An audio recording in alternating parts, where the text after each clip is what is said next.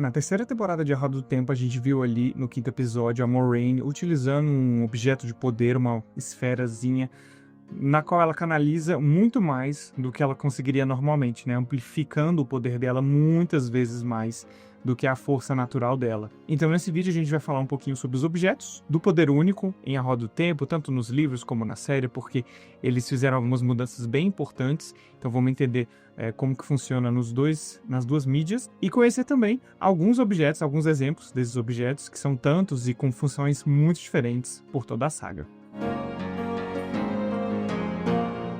Taxar Povo Dragão, saudações devotos da sombra, amigos das trevas. Eu sou Kalil e hoje então a gente vai falar sobre os objetos do poder único, Sangreal, Angreal e Terangreal, né? Esses três tipos básicos de objetos que podem amplificar ou dar uma função específica mágica para alguma ação, algum ritual. Como eu falei aí no quinto episódio da terceira temporada que passou agora, a gente vê a Moraine canalizando um Sangreal, né, segundo a série. Ele é chamado de Sakarmen. É uma mudança já dos livros, mas já a gente chega nela. Mas ela consegue ali canalizar muito mais do poder único. E é para isso que servem os objetos de poder, principalmente os Angreal e os Sangreal. Na série de TV, eles meio que excluíram os Angreal. Eles não... Acho que eles vão cortar, porque o Angreal e o Sangreal têm usos muito parecidos. O Angreal é um poder, é um objeto que amplifica o poder único, a capacidade de canalizar de uma pessoa, e o Sangreal faz a mesma coisa, só que num nível muito maior. Então, os Sangreal são muito mais poderosos do que os Angreal. Angreal são, às vezes, objetos pequenos, que você poderia guardar no bolso, por exemplo. E o Sangreal, eles podem ter variados tamanhos, né? Tem alguns que são até estátuas gigantescas, mas eles têm essa força, essa possibilidade de amplificar o poder muito, muito maior. E os Terangreal servem para coisas muito diferentes. Os Terangreal são únicos, digamos assim. Eles são objetos com uma função específica. Então, tem um Terangreal que permite que você acesse o mundo dos sonhos. Tem um Terangreal que te mostra visões. Tem um Terangreal que armazena poder único sem canalizar, né, para você usar depois, por exemplo. Tem um Terangreal que te teletransporta para um universo diferente. Então, assim, eles têm variadas funções e eles não necessariamente precisam ser usados por um canalizador, né? Então, uma pessoa que não canaliza poderia usar um terangreal específico e estaria tudo bem, não é um pré-requisito. Agora, na Terceira Era, o conhecimento de como se produzem os terangreal, sarangreal e angreal foi totalmente perdido, né? As pessoas não sabem mais. A Torre Branca, né, que é a principal instituição herdeira ali do conhecimento da Era das Lendas, não sabe mais produzir esses objetos. Então, o que a gente tem é aquilo que sobreviveu à ruptura do mundo, né, o passar dos milhares de anos desde a Segunda Era. Lá naquele período, eles eram produzidos tanto por homens e mulheres agindo em conjunto, né, que era como funcionava meio a instituição dos Aes Sedai lá na Era das Lendas, né, essa cooperação entre homens e mulheres, entre saidin e saidar. Inclusive, muitos desses objetos necessitavam que duas pessoas, né, um homem e uma mulher, ou mais de um homem ou mais de uma mulher, mas os dois gêneros trabalhando em conjunto para fazer com que aquele sangreal funcionasse, por exemplo. A gente vai ver mais para frente que Kalandor, que foi tão falada aí no começo da temporada, ela funciona de um jeito parecido. Não sei se vão manter para a série, mas já a gente fala disso. Como eu falei, a gente pode... São muitos nomes, né? Então a gente pode dividir em duas categorias, mais ou menos.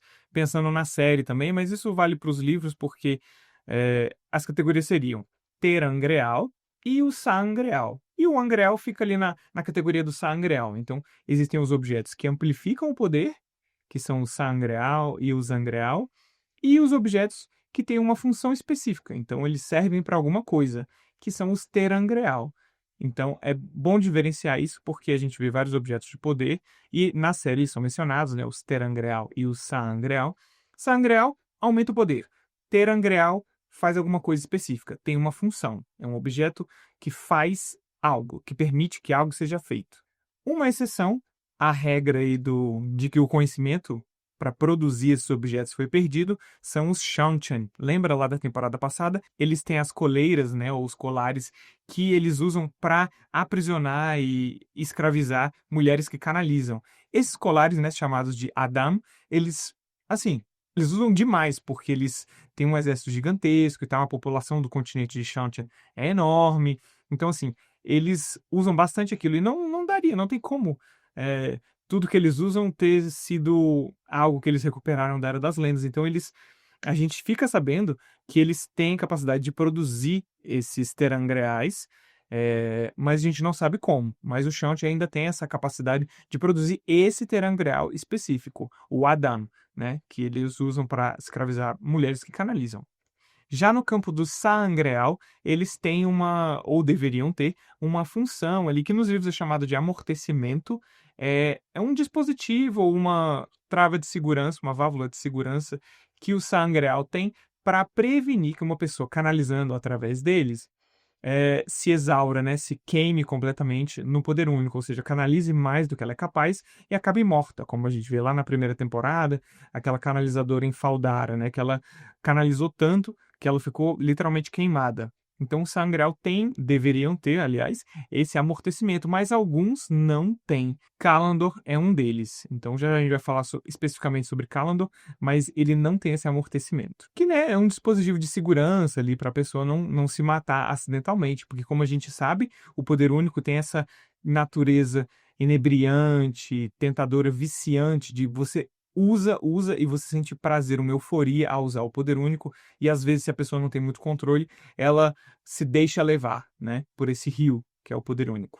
Agora vamos falar um pouquinho sobre alguns Sangreal específicos. Na série de TV ocorreu uma mudança bastante importante com relação ao que a gente tem nos livros, em termos de objetos de poder, né? O Rafe Judkins até falou numa entrevista recente de que eles pegaram os vários Sangreal poderosos da série e meio que combinaram e deixaram apenas dois. Não sei se isso vai mudar no futuro, porque é uma mudança. Eu sou um pouco contra, porque não é difícil as pessoas entenderem que existem objetos diferentes e que um é mais forte do que o outro. Não precisa existir apenas dois, entendeu? Ah, um para homens e um para mulheres, e beleza, são só os objetos que a gente tem, né? Então, assim, e ao longo dos livros a gente vê que esses objetos são usados por pessoas diferentes, em momentos diferentes, às vezes ao mesmo tempo. Então, assim, existirem só dois, e apenas um para homens e apenas um para mulheres, vai ficar um pouco assim. E em tal momento, o que eles vão fazer, né, quando chegarem em tal momento? Eu imagino que eles saibam disso, eles têm consultoria, por pessoas que leram os livros muito. O Rafe, obviamente, leu os livros várias vezes. Eu acho que eles já pensaram nisso, mas eu fico curioso qual vai ser a solução que vai ser dada para esse problema, né, para essa armadilha aí de roteiro, que objetos que eles vão elencar, né, na hora que esses acontecimentos precisarem de fato acontecer nas telas. Então, na série, eles vão deixar como um Sangreal para homens, que é Kalandor, que é o Sangreal mais poderoso e tal, para homens, e o Sakarnim, que é o Sangreal para mulheres, mais poderoso de todos. Então, é esse que a gente já viu aí na terceira temporada, a Moraine canalizando e usando ele, que ele estava lá dentro da árvore Cora, no deserto Aiel, ali na cidade de Ruidian. Ela pegou e tal, e tá usando ali, mas a gente viu que a Moraine não tem muito controle, porque ele é muito poderoso. Assim, ela quase se queimou ali, quase se exauriu, a gente viu ali ela chegando no limite, mas felizmente ela conseguiu parar. E Kalandor vai ser um objeto muito importante ali pro resto da saga. Já foi mencionado várias vezes, principalmente no primeiro episódio, né? Que é um Sangreal, que é uma espada, mas não é uma espada, é uma espada de cristal. Já a gente vai falar mais sobre ela. Mas essa é a diferença de livro para série. Não sabemos o que eles vão fazer mais pra frente, né? Como eu disse, se vão voltar atrás nessa decisão, se vão apresentar outros objetos de poder, mas é o que a gente tem por enquanto. Então, nos livros, a gente tem vários objetos de poder, são muitos, né? Entre Sangreal e Terangreal, Angreal também, mas assim, são vários, e vários personagens entram em contato com eles, às vezes com o mesmo objeto sai rodando por personagens diferentes, né? Cai na mão de personagens diferentes, e aí os personagens conseguem amplificar seus poderes, né? Ou realizar ações que não seriam possíveis sem aquele terangreal específico, né? Que tenha uma função determinada. Até personagens que não canalizam, né, entram em contato com esses objetos, principalmente, ó, claro, os Terangreal, que não necessitam de canalização, né? Alguns deles, né? Não todos. Vamos elencar então os Sangreal mais poderosos, né? Alguns deles, né? Não vale a pena falar de todos, porque até a gente só conhece alguns dos livros também, né? Os mais importantes. O mais poderoso é Callandor, a espada que não é espada, uma espada de cristal que está presa lá na Pedra de Tyr. Ela está literalmente enfiada numa pedra dentro de um lugar que se chama Pedra de Tyr. As inspirações com relação às lendas arturianas são muito óbvias, né? O Jordan não escondeu isso. Callandor, Excalibur, o nome até lembra um pouquinho. O Jordan às vezes completava o nome com outras coisas, né? A gente já falou em algum episódio do podcast bem antigo, né, sobre as inspirações para a saga que o Robert Jordan teve, né? E os nomes arturianos, né? A gente tem Morgase, Egwene Alvir, que lembra Guinevere, os irmãos Galad, Gawain, né? Esses nomes arturianos aparecem o tempo todo. Até o nome do Rand, né? Rand al'Thor. Esse al'Thor lembra Arthur, né? Assim, óbvio, forçando, mas ele também não queria deixar tão óbvio. Então, Callandor é esse objeto aí. E é dito na série de TV também que existem selos de proteção ao redor de Callandor que apenas o dragão renascido poderia retirá-los e proclamar a espada, né? Recuperar a espada para si mesmo. E é o sangreal mais poderoso já feito para um homem. Callandor não tem o amortecimento. Lembra que eu falei? O amortecimento é aquilo que impede que o canalizador canalize demais, né? E acabe se matando. Callandor não tem essa válvula de segurança, então é muito perigoso canalizar por Callandor, né? O dragão renascido vai ter que ter um cuidado muito grande ao usar esse objeto para não consumir poder demais. E uma especificidade de Callandor é que, além de canalizar o poder único, Callandor também é capaz de aumentar o poder verdadeiro, né? Que é aquela substância, é o poder que emana do tenebroso, é o que os abandonados usam muito. Na série de TV a gente já viu o poder verdadeiro, é quando, principalmente a Lanfear, né, canaliza usando e aparece aquela gosma preta, né? Ela se cura com isso no quarto episódio, o quinto episódio da temporada passada, né? Ela tá toda com a garganta cortada e ela se cura usando o poder verdadeiro. É o poder que emana do tenebroso, né? Não tem a ver com o poder único. E Callandor é capaz de aumentar o poder verdadeiro também, além do poder único. Então, assim, é um objeto muito, muito, muito intenso. E, óbvio, também, com essa relação com o poder verdadeiro e o tenebroso, ela consegue amplificar a mácula de Saidin, do poder masculino dos homens. Então, canalizar por Callandor vai aumentar, né? No caso do dragão renascido, vai aumentar também a loucura canalizada, né?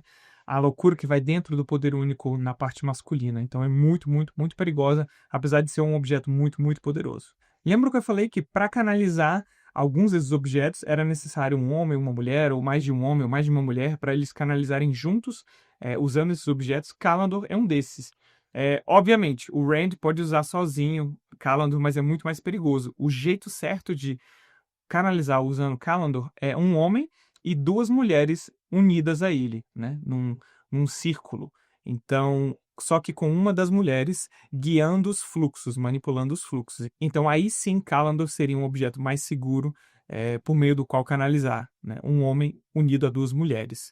Então, o Rand vai ter que escolher aí, sei lá, duas pessoas de confiança dele para ajudá-lo, né? Se ele quiser canalizar de um jeito mais eficiente com essa espada, que não é espada. A gente tem também o Sangreal de Vora, né? Vora foi uma Aes Sedai proeminente muito antiga, não se sabe tanto sobre ela, mas ela deixou aí, digamos assim, o nome dela para o Sangreal. Ele parece uma varinha, né? Um bastão de um material branco, assim, parece marfim, mas obviamente não é marfim. E ele é um sangreal muito poderoso, usado para ser usado apenas por mulheres, né? A gente vê alguns personagens aí importantes nos livros mais para frente usando, e é um sangreal que está sob posse da Torre Branca, né? Apareceu um objeto parecido na terceira temporada, né? No primeiro episódio. Pode ser o sangreal de Vora? Pode, mas com aquela entrevista do Rafe Judkins, o showrunner da série, sobre unir todos os objetos em apenas dois, então não sei se a gente vai ver o Sangreal de Vora em ação, mas ele também é super poderoso. E ele também tem essa falha de Callandor de não possuir o amortecimento, né? Ele também tem essa falha. A gente tem o Sakarnen original dos livros, que é um Sangreal masculino, né? Ele é inclusive ele é o segundo ali, ele é quase tão poderoso quanto Callandor, mas na série eles resolveram pegar apenas o nome e dar o nome pro Sangreal feminino. Mas nos livros, Sakarnen é um sangreal masculino, que é super poderoso também, como eu falei. E ele é meio que feito por duas partes. Tem um bastão com um cálice, aí você encaixa os dois. E É um sangreal que está perdido aí nos livros, num continente não muito conhecido pela galera das guerras ali ocidentais, né, do pessoal, dos personagens mesmo. Mas ele vai aparecer em algum momento para causar muito. E talvez o mais icônico, o mais famoso, ou que as pessoas esperavam ver logo agora no começo da série, é o Chodan Call, né? Que ele é uma. Eles são, na verdade, são duas estátuas gigantescas produzidas lá durante a Guerra da Sombra, né? Era um plano ali dos Aes Sedai para tentar deter o Tenebroso. Esse sangreal enormes, né? Um para homens e outro para mulheres. São duas estátuas gigantescas. Só que, né, com a ruptura do mundo e tal, e a mudança dos continentes, essas estátuas se perderam. Porém, e algumas estão até enterradas, né? Uma tá ali próxima a Cairhien. A gente vê isso no segundo livro. É bem impactante. A gente achou que ia ter na série, mas aparentemente não vai ter o Chodan Call. Só que, porque elas estão enterradas, a outra estátua está num local super, uma das ilhas do povo do mar, né, super longe, só que elas têm um terangrealzinho, cada uma, com uma estatuazinha, né, que permite, são chamadas de chaves de acesso.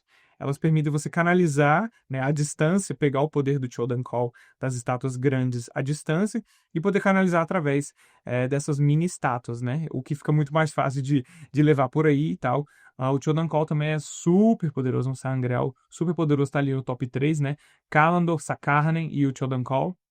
Eles aparentemente não vai ter na série e tal, mas eles são parte ali de um dos grandes acontecimentos dos livros, né? Obviamente, não vou falar, mas eles são muito impactantes para a história como um todo. Agora vamos para a lista de terangreal notáveis, né? A gente tem vários aí e aparecem bastante na série, né? Isso está sendo, assim, bem fiel, porque são muitos terangreal e com várias funções diferentes, e na série, assim, eles conseguiram fazer a maioria dos mais icônicos, né, que a gente viu até agora nos livros também. A gente tem, como eu falei, o Adam, que é o terangreal que os Shanchen usa para escravizar mulheres, né? Para encolarar e deixar as pessoas. A função dele é submeter uma pessoa à vontade de outra, né? Tem a pulseira, né? O bracelete e a parte da coleira, que eles se unem, e a pessoa, né? A Suldan, no caso do Shanchen, controla a Damani, né? Por meio desse dispositivo. E requer que as duas pessoas canalizem, né? Mesmo que a Suldan canalize bem pouquinho, né? Isso foi revelado, a Egwene descobriu isso, desvendou isso no fim da temporada passada, de que as Suldanas sim canalizam, só que elas são fraquinhas no poder único. Então, é necessário sim que a pessoa precise canalizar. A gente tem também os arcos da Torre Branca, os 3 arcos, que a Nynaeve vai por eles, a Egwene também a gente vê o teste de aceita, né? Que na Torre Branca eles são um rito de passagem, saindo de noviça para aceita, né? Para as Aes Sedai. A Elaine também passou, mas a gente não viu. São arcos ali que mostram possíveis futuros, possibilidades, mudam o seu passado, que oferecem visões, né, com base na pessoa ali. Cada pessoa tem uma visão diferente e elas são muito realistas. É até perigoso a pessoa entrar e nunca mais sair. No primeiro episódio da terceira temporada, a gente viu também o Batente de Porta Vermelho, um terangreal muito icônico, que as pessoas queriam muito ver, a gente não sabia se aparecia na série. Não vou falar aqui para que ele serve, mas eu posso adiantar, talvez, que ele serve para transportar alguém para uma outra realidade, para um outro mundo, e não requer que a pessoa canalize.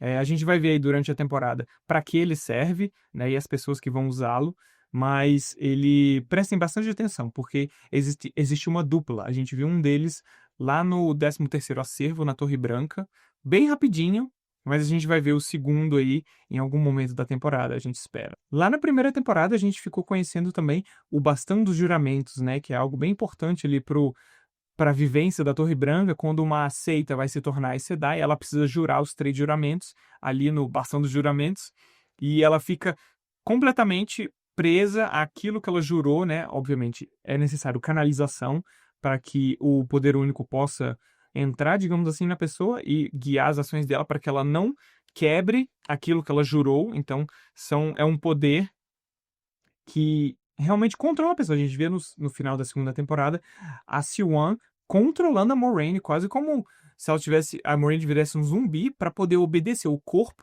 rejeita a desobediência a esses juramentos, né? Eles são completamente vinculados ao poder único, né? A Aes Sedai não pode mentir, é fisicamente impossível para uma Aes Sedai mentir, né, depois que ela jurou ali nos três, no bastão dos juramentos. Exceto, é claro, a Aja Negra, né? Aí elas podem mentir, porque, né, ali elas tiveram acesso à quebra dos três juramentos por outras formas. No episódio 4 aí da terceira temporada, a gente viu as colunas de vidro de Rhuidean, né? Que permite que os Aiel acessem os seus antepassados e tenham visões aí do que foi o povo deles, né, há muito tempo, desde a Era das Lendas. Então é um Terangreal que serve para você acessar as memórias dos seus antepassados. E os Aiel usam para chefes de clã, e também temos os Aros lá em Rhuidean, que as sábias usam, elas passam pelos Aros e veem possíveis futuros da pessoa. Um Terangreal dos livros aí que é bem icônico, ele é infame, digamos assim, não sei se ele é icônico pelos melhores motivos, é a Tigela dos Ventos, né, que é um Terangreal que serve para mudar o clima, digamos assim, manipular o clima. Nos livros a gente tem um verão insuportável causado pela quebra dos selos, né? Pelo tenebroso que está se soltando e está exercendo influência sobre o mundo. Então, assim, tá acontecendo. Primeiro tinha acontecido um inverno muito frio, e agora tá nos livros ali, os livros que a gente tem aqui publicados no Brasil, né? Até o 8º. Tá um calor insuportável, assim, um verão que não passa, é a influência do tenebroso. E a Tigela dos Ventos poderia ajudar nessa mudança do clima, né? Até uma parte dos livros que os nossos personagens vão atrás dessa tigela e tal. Não sei se vou deixar aí o mistério se eles conseguem encontrar e se ela funciona direito, mas a Tigela dos Ventos é bem icônica e você menciona para qualquer fã de Roda do Tempo, eles vão saber exatamente do que a gente está falando. Essa então foi a lista dos Sangreal e dos Terangreal mais icônicos e poderosos que a gente tem na série e também nos livros, né? Na série e nos livros, como eu falei, houve uma mudança bem questionável. Vamos ver como é que vai ser isso lá pra frente, né? Se eles vão voltar atrás no que disseram. Mas digam aí nos comentários qual é seu Sangreal favorito, qual é seu Terangreal que você acha mais útil. Existem outros muitos que eu não mencionei aqui, deixei só os mais icônicos. Como a gente passou por um episódio sobre o mundo dos sonhos, existe um Terangreal pequenininho, um anel, que permite que pessoas que não são sonhadoras, que elas adentrem o mundo dos sonhos, que elas adentrem Tel'aran'rhiod, né? Isso, não sei se vai aparecer na série, eu acho que não, mas existe um objetozinho sim ligado ao mundo dos sonhos. Deixem aí, então nos comentários os seus objetos do poder único favoritos. Curtam aqui o vídeo, se inscrevam aqui no canal, a gente chegou recentemente à marca de 4.000 inscritos, isso foi incrível, foi ótimo, muito obrigado por todo mundo que curte, comenta, que participa, que engaja nas redes. Sigam a gente lá no Twitter, no Instagram, que a gente está soltando vários conteúdos nessa terceira temporada. E até mais. Tachar, Povos do Dragão.